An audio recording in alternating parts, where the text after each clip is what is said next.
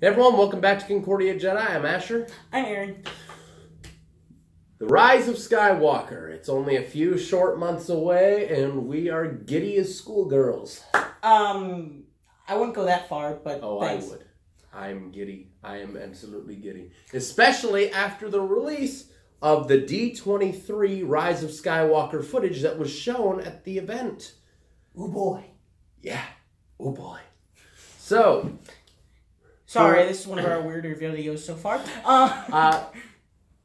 So, for those of you who haven't seen it, the D23 footage is basically, it's almost an entire trailer. Well, it's more almost. Of it's more of like another a teaser trailer. Yeah.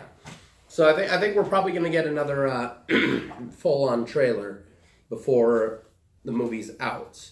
But we got some juicy stuff from this. I'm talking like steak fresh off the grill, extra rare juicy. We got some. I'm telling you this. Okay. I don't. We're talking. We're talking Starburst juicy. That's how juicy we're going, buddy.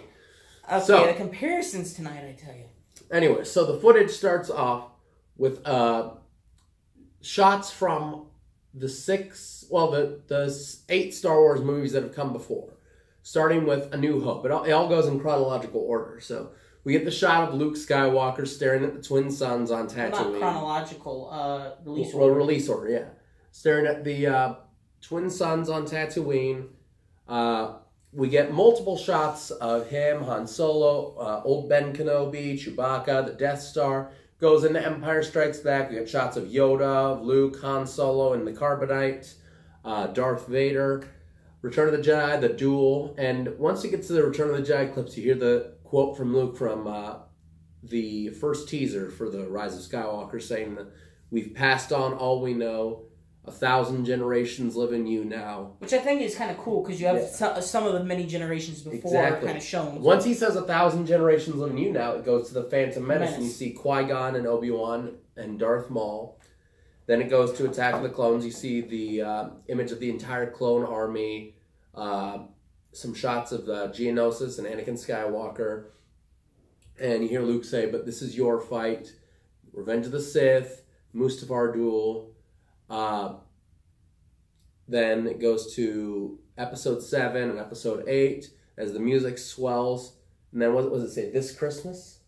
Yep. Yeah, it says this Christmas, and you see our first new shot. You see Rey, C-3PO, Poe, Finn, and Chewbacca, and I think BB-8. All looking over this rock on what appears to be a desert planet. You see that they're looking at this huge gathering of what looks like it could be a village, or it could be several camps of people they recruited to be part of the resistance. You see a shot of Leia next, of Carrie Fisher, her final appearance on film. It's going to be heartbreaking saying goodbye. But then we start to get some big stuff. I'm talking big.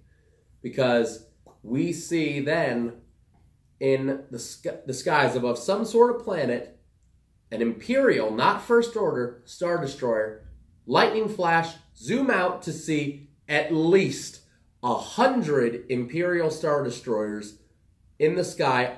And if you look close, many people have paused the footage and seen that there are large guns on the bottom of these that are supposedly Death Star tech. What would you? Yes. So I've gotten some information on this from many different sources that have leaked things, and so I don't know exactly how true they are.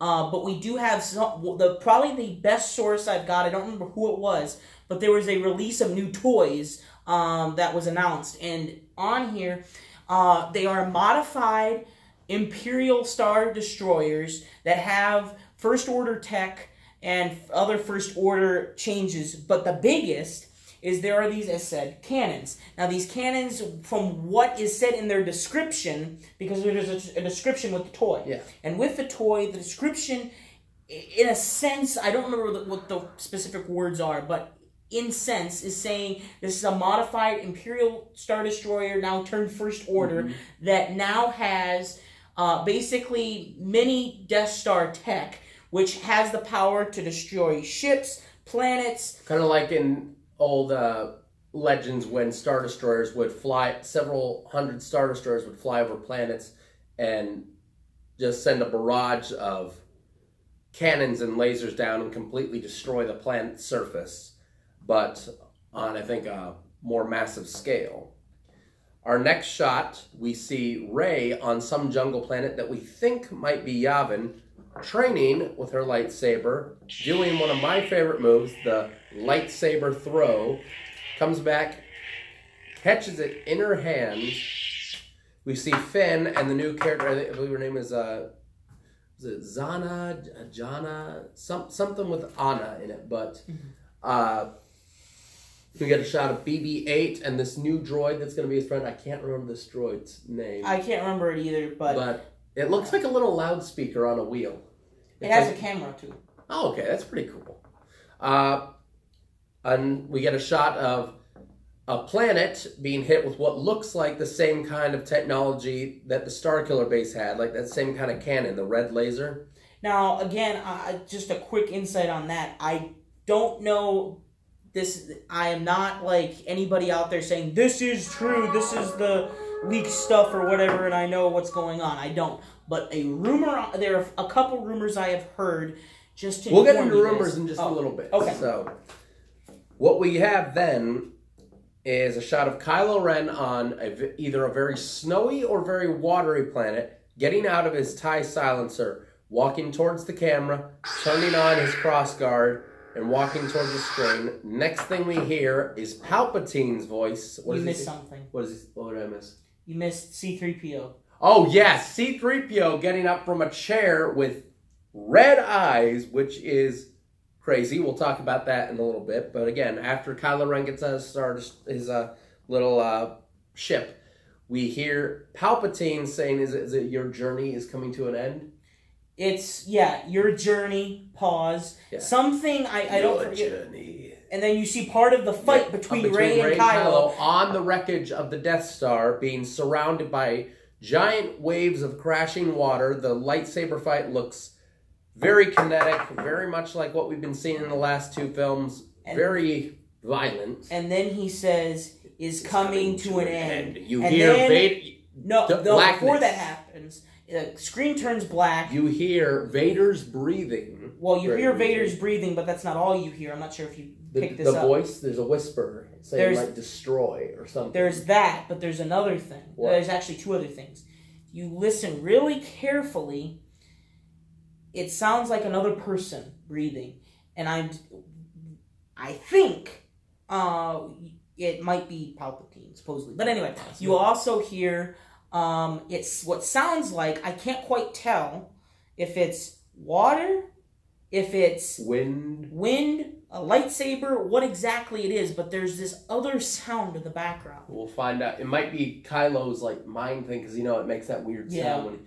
But camera pans over to Rey wearing a dark hood with a red lightsaber with two blades in part of her face. It flicks down like a locking mechanism like the Temple Guards had in the Clone Wars. It's like an unstable, double-sided red lightsaber. Cut to black. Star Wars, The Rise of Skywalker. December. There's a lot to unpack here, so I'm just going to go up to the camera real quick, see how much time we have, because it's going to shut off at some point. But... no, we're good. So, some of the rumors, going into that I have heard... Let's first start with that camp that the heroes are looking at. So what do you think that is? I think it's most likely a camp of people they've recruited to be in the Resistance. Right. I haven't heard much about that, but what I think is either that, or what I'm getting out of it is it might be a village... because it also kind of looks like a celebration almost. It does, because they're shooting up like these weird cloud puff fireworks. And it looks pretty cool. Like, it looks very ragtag, run down. So moving on, where do you think Rey is when she's training? Well, I've heard different things. I've heard Endor. I've heard Yavin. And I think it could be one of those, but I also could think it could be another planet. Now, part of me also, here's my possible opinion. If it's not, I think it might be Endor, but you know what it also could be, which is what I think also might be plausible. What? Might be another moon or planet around Endor that parts of the Death Star crashed on. It very well could be. Because we do know that you have, because they were on the moon of Endor, so that's one thing. Two, we also know there is a planet called Endor, so we have that. So, and we don't know what that's particularly like. Also, there are, as we do know, there are other smaller planets and moons around that area. So it could potentially be any of those. So I think it's most likely, this is my guess, I'm thinking it's Yavin because there were reports saying that they were going back to where they filmed the scenes of Yavin in the original, the jungle. I think she's there. I think she's being trained possibly by the Jedi, a combination of the Jedi texts, maybe Luke, maybe Obi-Wan and Yoda and Anakin possibly. But then that might lead into the line with Luke that we've passed on all we know. Like, they've trained her as well as they can for this upcoming So it could be, and also I'll throw even Qui-Gon, any of the ones that we know that have... Another rumor, possibly Ahsoka. Yes, there is that rumor as well. Not to say I wouldn't love that, because I would, but I think that is one of the least likely scenarios. Right. But I would love to see it. But I could see, you having all the Jedi that have gone before that have kept their identity in the Force, from Qui-Gon, Yoda, Obi-Wan, Luke, Anakin, all of them, maybe Ahsoka as well. All these generations and generations of Jedi, to lack of a better way to say it, who knows, because we'll see, but finally bring, I don't know if it would be finally bring peace, but bring new peace, I guess, to the galaxy. And it has to be done through Rey, through all these generations. Okay. So with those Star Destroyers, that's probably the shot that's been sticking out to everyone, I think, the most, aside from Dark Rey, which we'll get to, but God, there's got to be at least 100. You know what I've heard? What? I've heard 1,000. I mean, this is the definition, guys. This is the definition of go big or go home. Like, if people weren't, like, a lot of people weren't happy with The Last Jedi, so they're like, all right, pardon the language, but F it. Here's 100 Star Destroyers. If this don't get, I've heard 1,000, but I don't know. What I think is happening here is, because the First Order's supremacy, like Snoke's ship and a ton of their Star Destroyers and Starkiller Base was destroyed, they're low on ships that they're going to need to wipe out the Resistance. So I think that they've kind of gone into Imperial storage, like old shipyards where leftover Imperial Star Destroyers were left, and they've modified them. That's my thinking. Right. So With there's new troopers, like those Sith troopers. Mm-hmm. Something we still have yet to see, though, in either of these trailers, the Knights of Ren. Which we have been confirmed by the director, and Abrams. several pictures and sources. They are going to be in the Rise of Skywalker, which honestly I'm happy with. But you could have kept out of this series altogether, and I still would have been happy, because they were in one line, and everyone's like, "Who are the Knights of Ren? Who are the Knights of Ren?" Easy. It was one line. But I think you're going to see, if you flashback to the Force Awakens, there's a scene, if you remember, in Rey's vision, where it's Kylo Ren and the Knights of Ren. I am willing to bet, I could be wrong, I've known to be wrong. I've known to be right as well. Anyway, so I think you're more right than what is it? Mike Zero. Mike Zero, yeah. That dude posts a video every day saying, "Oh my God, we got huge breaking news! Rumor! I've got an inside source at Lucasfilm who refuses to give his name." You're wrong on literally 98% of the stuff you post. The 2% of the times you're right is because you're just throwing shit at the wall to see what sticks. And a clock. A broken clock is right twice a day. So, anyways. Sorry, I just got to get that out of my chest. Do not trust Mike Zero. It's all about the clickbait for him. So, where were we exactly? I'm sorry, I got angry and I forgot. The Star Destroyers? Or the Knights of Ren? Yes. That's the vision. So, I'm willing to bet that I think that scene was a vision of the future and will happen in Rise of Skywalker. I can definitely see that happening. Moving on to Red Eyes 3PO. What do you think this is? I think this is probably some sort of protocol that 3PO gets, some sort of defense protocol or attack protocol, and that's why in some images we've seen him holding Chewbacca's bowcaster. Well, I can just picture this, like C-3PO shooting down some bad guys, and then as soon as he gets snapped back, what have I done? I'm programmed for etiquette, not this madness. Come on! But there's another thing that I have heard that is a rumor. I don't know how true it is. Him getting his memories back? Yes. And so part of me thinks that in getting that, so having all his memories, of course, past episode 3, because we know that his memory was wiped. But what we do know, because this is been proven to be true, but we don't know to what extent, is that somewhere, instead of it necessarily being wiped, it was wiped from his memory, but it was stored. Right. And so what I'm thinking is... What are you thinking, Aaron? Anyways, is that he's going to get those memories back, and also new protocol added, which is part of what you were talking about. But I think because now he's going to have all his memories, he is going to... Darth Vader, my father. Oh, my. But if you've never seen the behind the scenes of Attack of the Clones, where they're talking about how this fits into the saga, I thought this was the special features. A New Hope? No, special features for the special edition. Yes, yeah, and there's a little special features for the special edition of, I believe it's A New Hope. No, it's for the whole special edition. Because I remember I would put it in for, I think it was A New Hope, and it would pop up. But here's what you're probably thinking. Whatever it is. It had the concept art on the front of the disc. Okay. That's probably what you're thinking. But anyway, you see like behind the scenes footage for them filming Attack of the Clones, and you get this great line from Anthony Daniels. Like, I'm trying to picture just his reaction if he were to find out.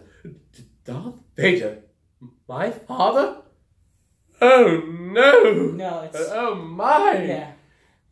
And it's great. So look that up. But that if they put that in the movie, I would lose it. I would too. I would. Yeah, that'd be fantastic. But moving on.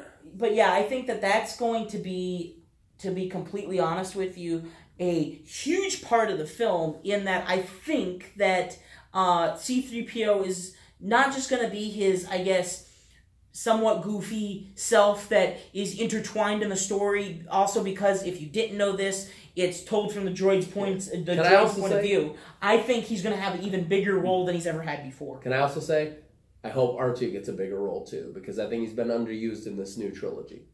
I get why he's been a little underused, but I think we need more of R2. And actually, I have heard rumors that is true, because it's him, BB-8, and the new little guy, and C-3PO that are going to have the droids are going to have a bigger role. I also think I had this image in my head of how I want the movie to end, the Skywalker saga to end.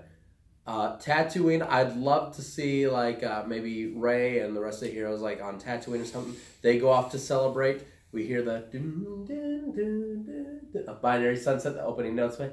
R2 goes, wheels off next to the Lars homestead, looking off at the twin sunsets as the music swells, the binary sunset theme, and cut to a shot. 3PO comes over, hand on R2, looking at the sunset, close credits. I would love to see that. Just end where it all began. But anyway, let's move on to what else? Let's talk about the big one. Dark Side Rey. What do you think this is? Now, I've seen reports saying that some sort of online article from Disney accidentally leaked it as just a vision. If that's true, I mean, it's not a big loss to me. I was thinking it was a vision anyway, sort of like what Luke saw in the cave on Dagobah when he fought Vader. Now, I've heard that. But what I've also heard, which I think is possibly the case, well, of two cases that I've heard and I think could be the case, is, yeah, it's a vision or her test of the spirit, but also... or trial of insight. That too. Or is, well, a couple other things. Another is that a possible another vision of... I guess the future per se, say if a possible vision of the future, let's put it that way. And then also a rumor is Palpatine's spirit is supposed to have a role somehow in things and maybe possessing things and maybe possesses her. I can see that.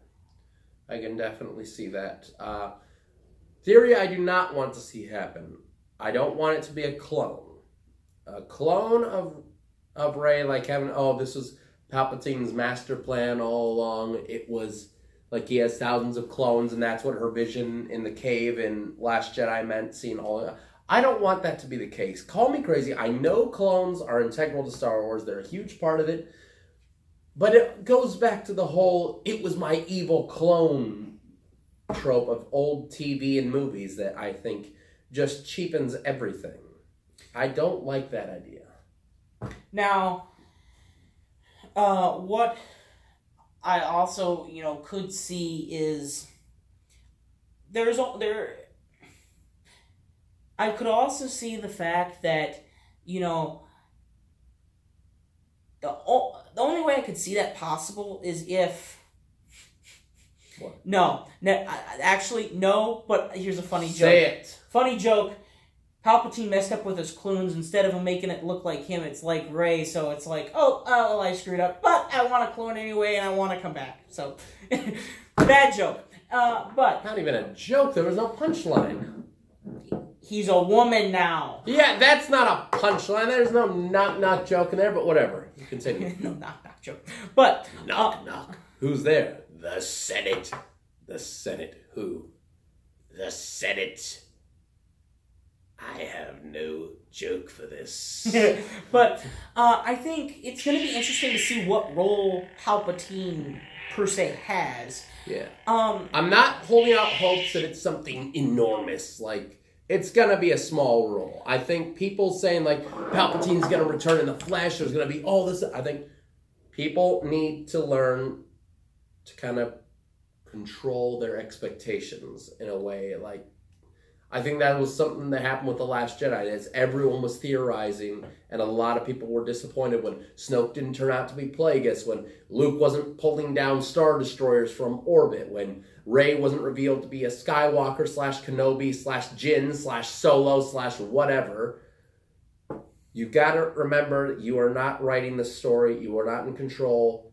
Whatever you come up with in your head is obviously always going to be better than what the filmmakers... Well, better. Yeah, better to you. So, gotta learn to accept what's given to you and not cry for what you wanted. Now, I wouldn't necessarily be surprised if it's not necessarily a small role, but it's not necessarily a big role for Palpatine. If it's kind of a role that is intertwined in the story that makes a big deal, but it's not necessarily all him, if that makes sense. Yeah. He has a hand or part in that. So that's kind of what I envision, is it being more of a, lack of a better way to say it, medium-sized role. in a way that it's not too big, it's not too small, as Goldilocks would say. It's just right.